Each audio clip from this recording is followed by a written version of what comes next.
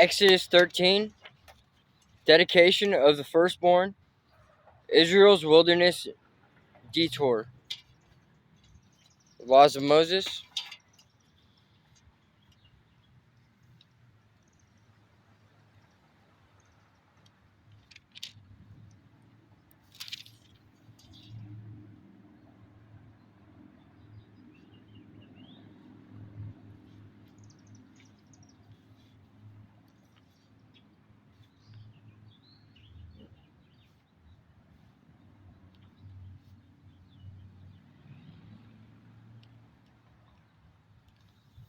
Then the Lord said to Moses, dedicate to me every firstborn among the Israelites. The first offspring to be born of both humans and animals belong to me. So Moses said to the people, this is a day to remember forever, the day you left Egypt, the place of your slavery. Today the Lord has brought you out by the power of his hand, by his mighty hand.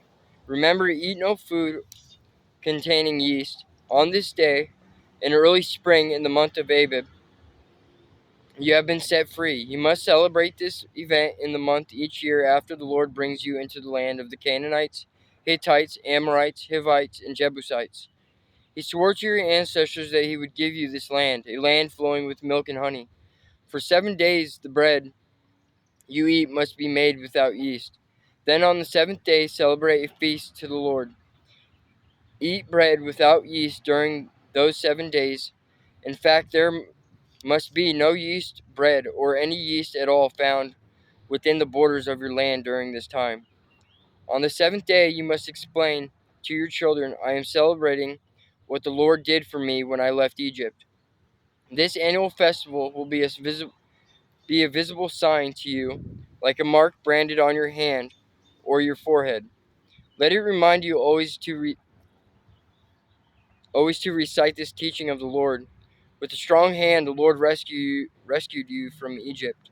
So observe the decree of this festival at the appointed time each year.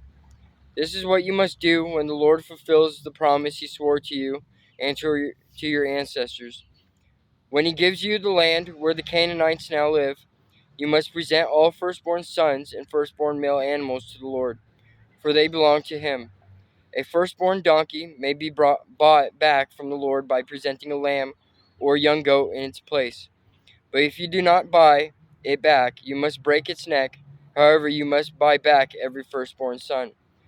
And in the future, your children will ask you, what does all this mean? Then you will tell them, with the power of his mighty hand, the Lord brought us out of Egypt, the place of our slavery. Pharaoh stubbornly refused to let us go, so the Lord killed all the firstborn males throughout the land of Egypt, both people and animals. That is why I now sacrifice all the firstborn males to the Lord, except that the firstborn sons are always bought back. This ceremony will be like a mark branded on your hand or your forehead. It is a reminder that the power of the Lord's mighty hand brought us out of Egypt. Now I'm going to say a couple things real quick. Okay.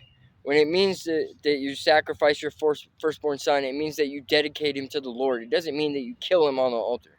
Okay.